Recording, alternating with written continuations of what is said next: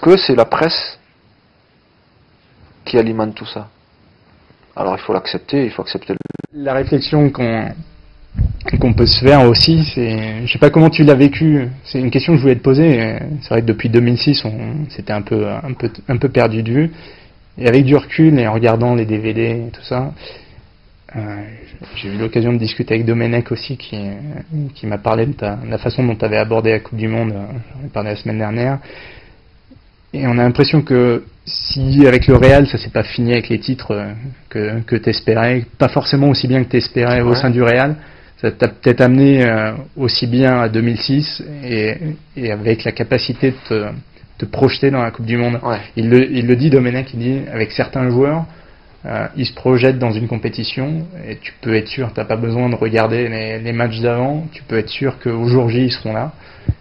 Et ils auront préparé leur compétition. C'est un peu ce qui est dit pour défendre les joueurs qui sont pas en forme actuellement en équipe de France. Ouais. T'as l'impression que toi, en 2006, les petits malheurs du Real, ça t'a aidé à te dire, tiens, je vais finir en beauté avec l'équipe de France. Dans tous les cas, de toute façon, c'était clair que dans ma tête, j'avais une préparation. J'étais au Real, je faisais ce qu'il y avait à faire, mais ça se passait moyennement, comme tu sais, parce que il y a eu une période où c'était très mauvais. Bon, à la fin c'était un petit peu mieux, mais bon, on n'a pas gagné, donc forcément, t'es au Real, tu gagnes pas, de toute façon, c'est moyen, et c'est même pas bon. Mais c'était mieux au niveau du jeu, au niveau des choses, vers la fin, quoi, c'était un tout petit peu mieux. Mais j'avais de toute façon, dans ma tête, et dans ma préparation, c'est-à-dire ce que je faisais au Real, je faisais tout pour la Coupe du Monde. Mais ça, je m'en suis pas caché. Enfin, je veux dire, moi, j'avais un objectif en tête, c'était la Coupe du Monde, de la faire du mieux possible. Enfin, je suis pas revenu pour faire de la figuration. Et on m'a pas appelé pour faire justement la figuration, pour dire Zidane il est revenu. Donc, je me suis préparé comme un fou. Et c'est vrai que ça a pris 3 voire 4 mois, quoi. C'est-à-dire que tout ce que je faisais au quotidien ici, je me projetais, quoi. C'était en préparation de la Coupe du Monde. Et moi, enfin, pour en venir à ce que tu dis, par rapport aux joueurs qui sont peut-être pas en forme aujourd'hui par rapport à l'équipe de France, oui, je me dis que c'est la même chose, c'est-à-dire que c'est pas parce que t'es pas en forme au mois de mars-avril que tu vas pas l'être au mois de juin, juillet, quoi. Et au contraire, je pense que certains joueurs vont arriver en très grande forme. Et c'est aussi, enfin, tu peux dire la même chose de celui qui est en forme aujourd'hui. Tu te dis, purée, il va peut-être arriver cuit. Non? Peut-être que oui, peut-être que non. Il y a de la gestion. C'est pour ça, il y avait eu des papiers qui étaient, je me souviens de France-Mexique, je crois que c'est ton dernier match au Stade de France. Ouais. Où je t'ai fait tailler dans tous les sens. Ouais. Et quelques-uns avoir dit, mais moi j'étais serein après ce match. Je me suis dit, s'il est cuit là, ça veut dire que la préparation a été faite de façon. Tout le monde l'a pas compris. Ouais, mais tout le monde l'a pas compris. Bon, c'est un peu, de toute façon, c'est normal. Et puis de toute façon, même tu te poses des questions. Tu te dis, ben oui, il est cuit là à 3 semaines. Dans 3 semaines, pourquoi il sera mieux? Tu peux te poser la question, comme beaucoup l'ont fait. Si ce n'est que moi, dans ma tête, je préparais tout ça. Je me dis, c'est comme quand on était à Tignes. Voilà, enfin, tu montes, tu fais tous les efforts. Moi, j'étais cuit. Moi, j'étais archi cuit.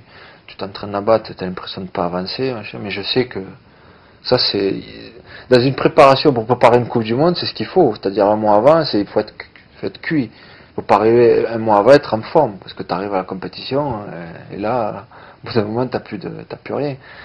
Si t'es cuit avant, en général, après t'as un certain repos, après ça repart, quoi, tu vois, si tu t'es bien préparé.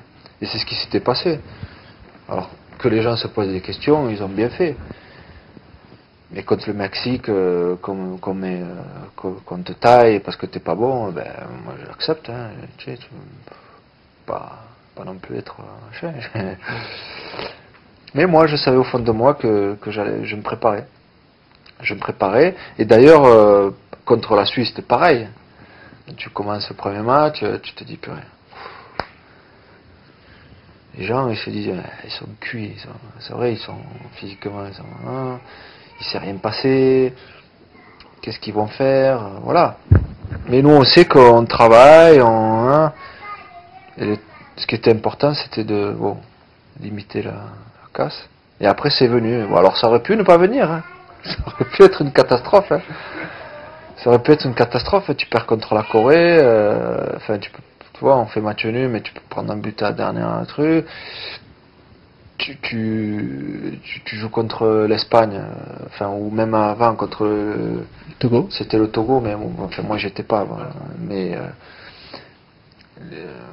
ça s'est passé comme super, hein, mais tu peux, tu vois, ça peut être une catastrophe. Hein. C'est l'importance de la préparation aussi de l'expérience. Pour parler, parce que toi tu as toujours dit tu seras toujours derrière l'équipe de France et son premier supporter. Là il y a des parallèles qui se font entre cette équipe avec des jeunes, des anciens comme Claude ou Lilian qui vont transmettre. Toi en 96, en regardant bien et si je me rappelle bien, il y avait eu aussi une certaine forme de transmission entre Jocelyn Angloma et Lilian Thuram, entre Eric Dimeco et Vicente. Dans cette préparation, il y a vraiment les bases aussi de la Coupe du Monde d'après. Toi, si tu n'avais pas fait 96, tu penses que tu aurais pu être à ce niveau-là en 98? C'était important de faire 96. Ouais. C'était important de faire 96. D'ailleurs, moi c'était ma première grande compétition, hein, enfin avec l'équipe de France. J'ai jamais, jusqu'à là, j'étais venu en 80, je suis arrivé en 94, enfin 17 ou 94. Il y a eu des matchs, il y a eu certains matchs, notamment la qualification en Roumanie, des gros matchs. Mais la grosse compétition, c'est 96. Et c'est une bonne préparation. Ça a été une très très bonne préparation pour 98. Forcément. Et je dis que oui, c'est important même. Enfin, comme tu dis, soit Dimeco Lizarazu, Angloma avec d'autres joueurs.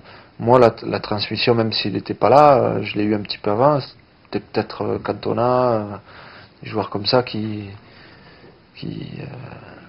m'ont permis, en tous les cas, de pouvoir être là à un moment donné, enfin, de prendre leur place, bon, entre guillemets, parce que bon, on aurait pu jouer ensemble, mais l'entraîneur a décidé autrement en 96,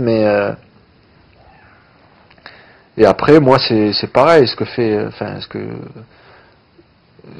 aujourd'hui, il y a d'autres joueurs qui ont pris ma place, et Makelele, qui est encore avec Thuram, sont les deux plus anciens, bon, il y a Sagnol, avec tous ces joueurs-là, ils vont permettre de faire justement le lien avec l'autre génération, la nouvelle génération, qui promet vraiment beaucoup, quoi. Justement, tu t'éclates en voyant ces jeunes-là, quand tu regardes les matchs à la télé. C'est surtout de les voir de plus en plus jeunes, quoi. Faire ce qu'ils font à leur âge, quoi. Par exemple, 19 ans, 18 ans, 20 ans, s'exprimer comme ils le font sur le terrain, chapeau, quoi.